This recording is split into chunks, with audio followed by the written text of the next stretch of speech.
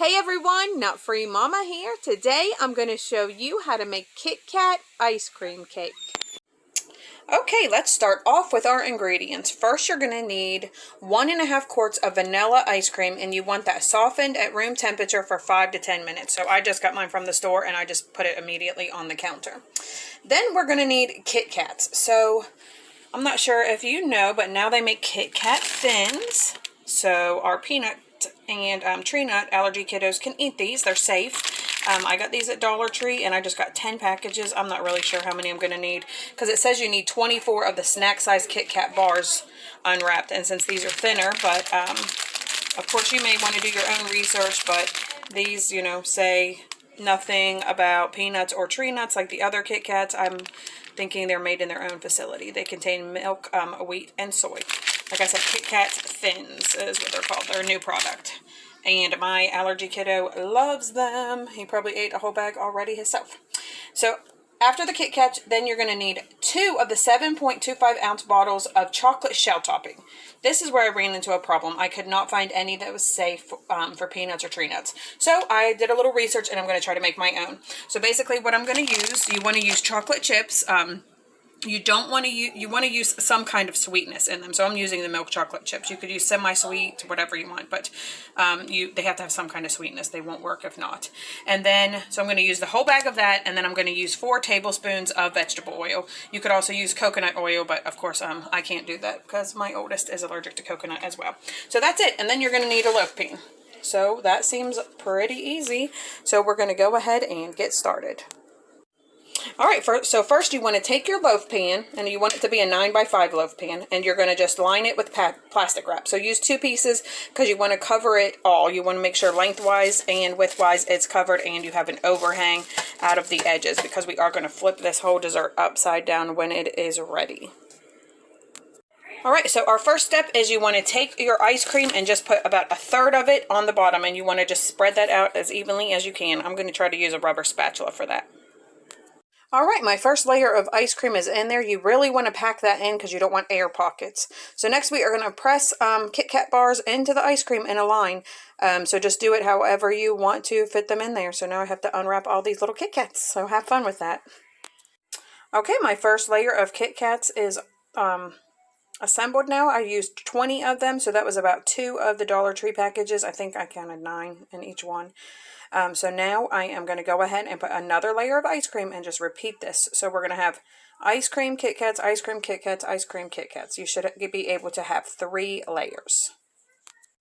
Alright, my second layer of ice cream and Kit Kat Thins are on there, and as you can see I added another layer down the center since it gets a little bigger now. So now on that layer I added, let's see, 21, 22, 23, 24 of the Kit Kat Thins, and you can see how fast my ice cream is melting now, but that's fine because we are going to freeze it. So I'm going to do my final layer, and it should come to the very tippy top, and the last thing on there should be the Kit Kats. Alright, my last layer is on, and this time I used 23 of the Kit Kat Thins, so my total was 68 that I used total. 9 bags, and I have 3 little Kit Kat Thins over here left over, and I'm probably going to crush those up and maybe some more to add it after I add the shell, just for some pretty topping. But now we are going to cover this with plastic wrap, and you need to freeze it for at least 1 hour and 20 minutes, but you can freeze it all the way up to overnight. So we're going to go ahead and do that because this is for Taste Tester's birthday today. Not sure when I'm going to be putting this video on, but today is May 28th, and my little Taste Tester is 8.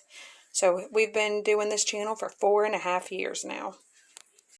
Okay, my cake has been in the freezer all day, so now I'm going to work on my chocolate shell. And I also have a cooling rack out here, and I'm just going to put it in this 9x13 baking dish because I'm really not sure where else to put it. So I have all my chocolate chips poured into this bowl, and I'm going to put them in the microwave in 30-second increments until they are nice and smooth, and then I'm going to add 3 tablespoons of vegetable oil first and see what the consistency looks like before I add the 4th. I got my cake out of the freezer, and I just removed it using the overhangs and put it on top of my cooling rack. So now I am going to invert it into my pan.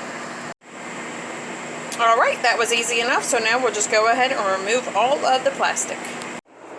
Alright, my chocolate chips are nice and melted, so like I said, I'm going to add 3 tablespoons of the vegetable oil and just stir that all together. Alright, I think the 3 tablespoons is more than enough, so I'm not going to add the 4th. And you can see my ice cream cake is already melting, so I'm going to hurry up and pour that on, and then I'm going to stick everything back into the freezer. I used most of my chocolate, but my ice cream is melting fast, so I'm going to hurry up and get that back in the freezer. Alright, I got my cake back out of the freezer again, and I mean, it did make a bit of a mess, but I poured the rest of my chocolate over top, and then I crushed up some more of the Kit Kats and put those on top. So, I mean, it did melt some, I'm not gonna lie, so it doesn't look the prettiest, but I think if you would do this over maybe a cooling rack or something where you could drip it and then put it into another pan, but I don't know. I think it's fine, and I cannot wait to slice into it and see what Taste Tester thinks for his birthday. Alright, we are going to cut into this and see what Taste Tester thinks. Alright, I cut Taste Tester a nice big slab. It kind of fell apart because it's ice cream and because of the shell, but it looks very yummy. Hey, Taste Tester! Hi. Have a little taste. Okay.